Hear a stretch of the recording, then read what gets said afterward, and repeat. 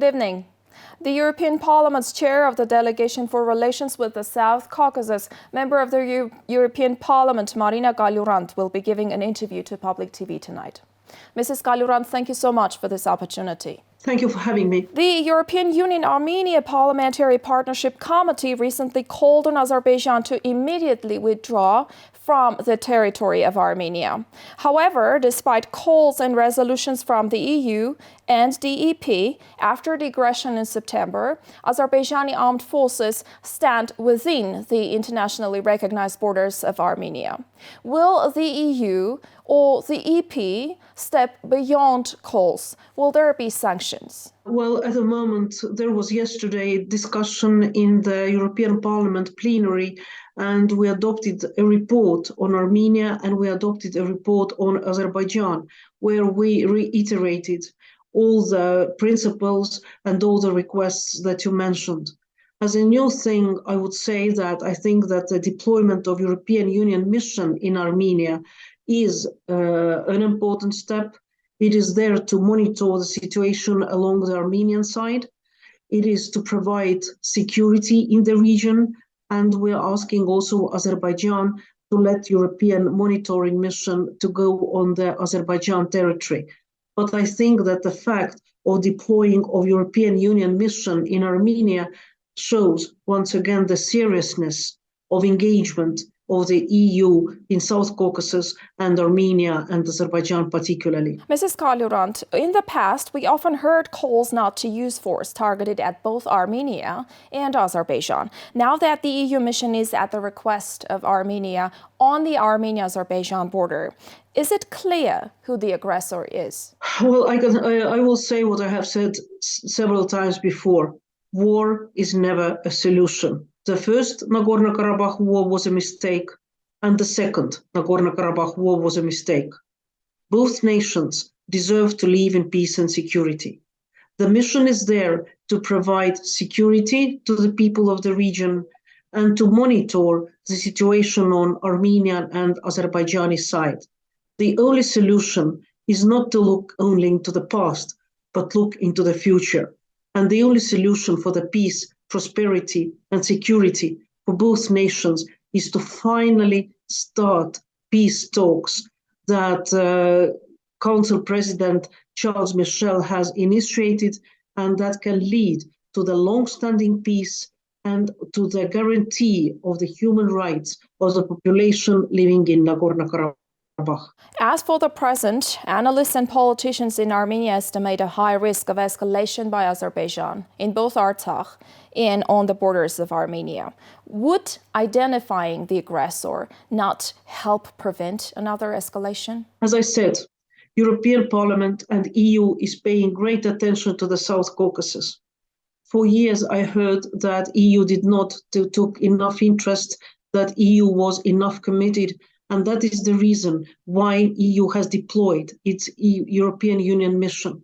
We have also called for international missions to be allowed to go to the Nagorno-Karabakh territory, to go to the territories that are being blocked by the block of the Light Chain corridor. So yes, we are doing all the necessary steps that are in our power. And we have called Azerbaijan to withdraw its troops from the illegal annexation or the illegal attack on Armenian territories. If despite all calls, Azerbaijan still escalates and destabilizes the region, what will the consequences be? I do not want to speculate at this point. At this point, I can only urge Azerbaijan to take very seriously the report and the voting that took place today in the European Parliament. And I also urge once again both parties to come together and to start peace negotiations. That is the only solution. Since you mentioned peace negotiations, in a recent interview, Prime Minister Pashinyan disclosed the content of negotiations with Azerbaijan over the potential peace treaty. In his words, Azerbaijan presents demands meeting which would violate Armenia's territorial integrity and would mandate ethnic cleansing or even genocide in Nagorno-Karabakh. And we have seen, after all, the Baku deportations, forced deportations. We have seen Sumgait massacres. We have a lot to be concerned about. Armenia's stance is that only international organizations, international guarantees will secure realistic peace treaty agreements and their implementation. Will the EU provide mechanisms to ensure a real peace treaty and its implementation versus yet another tool of pressure in the hands of Baku? First of all, I'd like to mention that the peace negotiations were initialized by the EU Council President Charles Michel. But also, let me remind you that Armenia today belongs to the Collective Security Treaty Organization. If Armenia wants to get additional guarantees from the EU, Armenia itself has to decide about its future, whether Armenia wants to belong to the customs union with Russia and Belarus, which limits to some extent cooperation with the EU, which makes impossible free trade agreement between EU and Armenia. And the same can be said about security. Belonging to the Collective Security Treaty Organization under Russia's leadership definitely limits the cooperation of EU and Armenia. So these questions are to Armenian government, to Armenian political leadership, to make up their mind how do they want to continue with the EU and Armenian relations. EU is open. EU is supporting the Eastern Partnership policy, which means more for more. We are ready to go as far as our partners are ready to go, but they have to make up their decisions, they have to do their reforms, and then we're ready to stand, support, and give guarantees. Are you saying that only in case Armenia leaves CSTO, the EU will provide guarantees? I'm not saying that. I'm saying that cooperation between Armenia and EU depends on political decisions that can be made by Armenia. So Armenia has to look and make maybe some difficult, politically difficult and challenging decisions, and to look how far Armenia wants to go in its relations with the EU. Since we spoke of Armenia-EU relations, what stage are they at, in your estimation? I would say that we are very close and we are very good partners. I had the privilege of hosting the third Parliamentary Cooperation Committee meeting last week in the presence of the co-chair from Armenian side, Mr. Yegayan. There was a delegation of members of Armenian parliament from the ruling party, but also from opposition. We went through many different topics, starting with security situation in South Caucasus, with Nagorno-Karabakh, blockade of Lashin corridor, but we talk about judiciary reform, about media freedom, where Armenia has taken excellent steps. But we also touched upon the topics where Armenia has a lot still to improve, starting with the protection of minorities, gender equality, but also with the LGBTIQ community rights and guarantees. So I'd say that we are close partners, we are good partners, we're ready to cooperate further.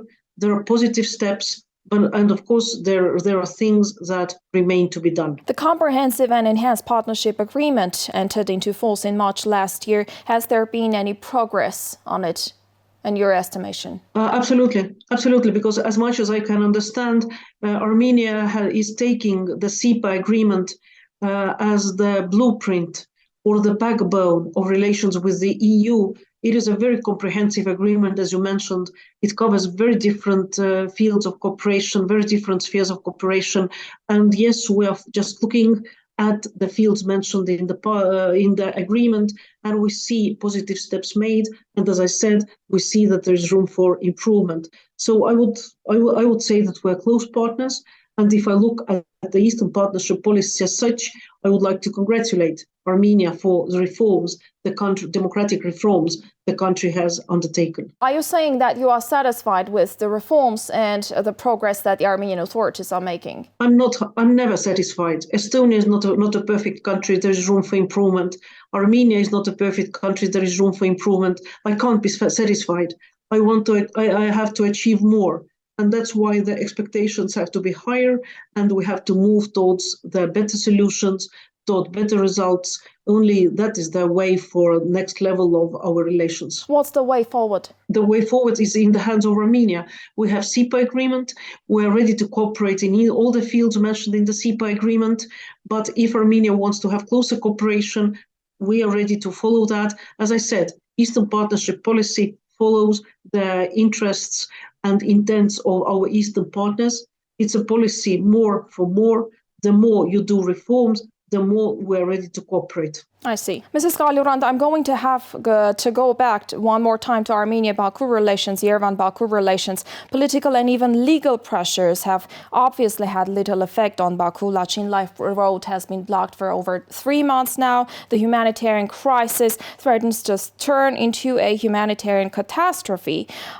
Despite calls, resolutions, even a verdict by the Hague Court that requires that Lachin corridor should be reopened. Well, obviously the exertion of soft power is having little effect on Baku, and so is the EU or the EP considering using any harder tools that will bring practical results, like the reopening of the Lachin corridor? Well, the tools have their limitations. European Parliament is a parliament. And parliaments can do resolutions, can do statements, can put pressure, can talk to media, can explain, and so on, and so on, and so on. The rest of the instruments are in the hands of the governments. Yesterday, there was a discussion on the relations of Azerbaijan and EU, exactly after we finished the discussion about the relations of Armenia-EU. And several members of the European Parliament called member states of the EU to consider introducing sanctions against Azerbaijani officials if the blockade of Lachin corridor will not be, the blockade will not stop. So these are some thoughts in the parliament, in the minds of the members of the parliament. But as I said, parliament is an organization which has political instruments, and we're using all the political instruments we have. Thank you for this opportunity one more time. Thank you, and all the best to Armenian people. Thank you. The European Parliament's chair of the Delegation for Relations with the South Caucasus, member of the European Parliament, Marínā Kալյուրանդի, gave an interview to Public TV tonight.